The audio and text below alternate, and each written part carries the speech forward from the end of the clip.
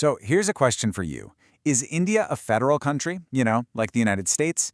Or is it more of a unitary one, like the United Kingdom? Well, the fascinating answer is it's kind of both. The Indian Constitution is this incredible puzzle, a unique blend that seems contradictory when you first look at it. So in this explainer, we're going to put all the pieces together and solve that puzzle. And really, who better to start with than the architect of the Indian Constitution himself, Dr. B.R. Ambedkar? He described the whole system as a federation with a strong centralizing tendency. That single phrase, wow, it is the key to everything we're about to explore. It's the perfect way to frame this entire discussion. Now there's an official term for this puzzle, quasi-federalism. All that means is it's a system that looks and acts like a federation on the outside, but when you dig a little deeper, it has this powerful unitary core. And that's the big idea we're going to unpack, piece by piece. Okay, so where do we even begin with a puzzle like this? Well, the first step is to look at the frame itself, the Constitution. We're going to look at India's government from two very different and, seemingly contradictory angles. First up, let's build the case for a federal India. If you wanted to argue that India is basically just like the United States, here's all the evidence you would need. It lays out a really clear design for how power is supposed to be divided between the center and the states. So India's government is built on these classic pillars of a federal system. You've got two levels of government, a supreme written constitution that's above everyone, an independent judiciary to sort out disputes, and a bicameral legislature, which, just means a parliament with two houses. These are literally the textbook features of federalism. And right at the heart of this federal foundation is the idea of a dual polity. This is simple, really. It just means you have the union, or central government, and you have the state governments. But here's the crucial part. Neither one created the other. They both get their power and their authority straight from one source, the Constitution. So how does the Constitution actually make this power sharing official?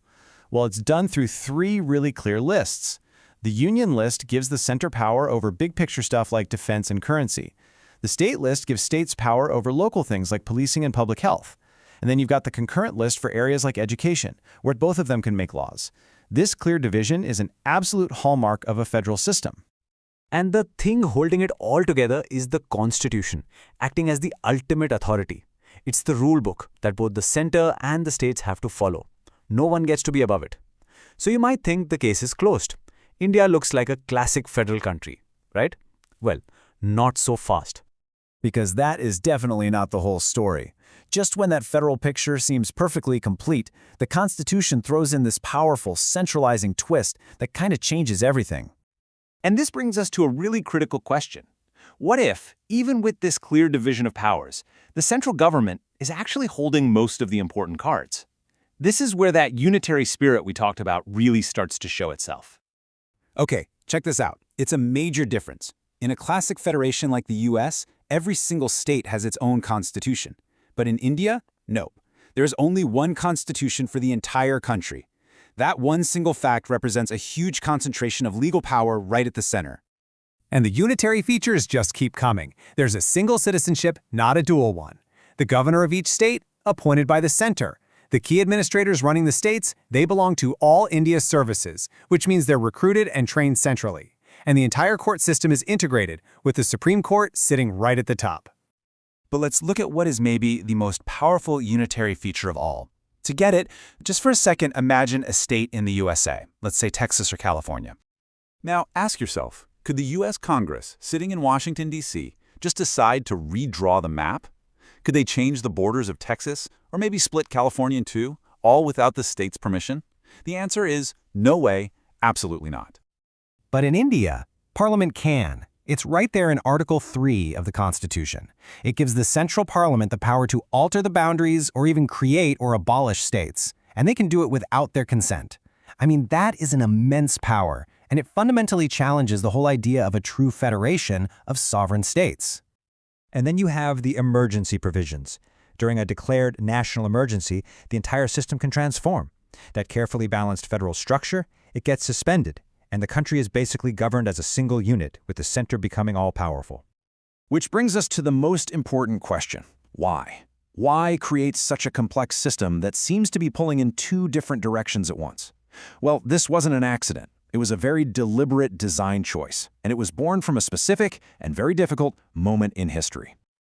You see, the framers of the Constitution were dealing with a really unique set of challenges. India's immense size and its incredible diversity meant they had to give states some autonomy. But the recent trauma of partition created this deep-seated need for a strong central government to make sure the country stayed united and secure. They also needed to push for economic integration and just basic administrative consistency across this brand new nation. So the ultimate goal, then, was to strike this incredibly delicate balance. They needed a system that could accommodate and even celebrate India's regional diversity, while at the same time having enough central strength to hold the whole country together as one strong, unified nation. And this brings us right to the solution of our constitutional puzzle. Now we can finally put all of those pieces together and see the full picture. It really all comes down to this. To uphold all that diversity, the Constitution uses federal features to give states autonomy. But to preserve national unity, it uses unitary features to create a strong center. It is a brilliant constitutional balancing act. Which brings us full circle, right back to where we started.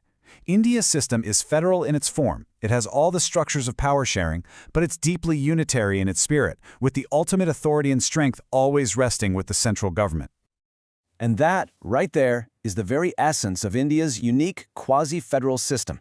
It's not a contradiction at all, but actually a really pragmatic solution that was designed for the specific needs of a vast and incredibly complex nation. But think about this. This remarkable balance was designed for the challenges of the 20th century, which leaves us with a final and pretty crucial question. As India confronts the very different challenges of the 21st century, how is this unique system going to have to adapt to survive?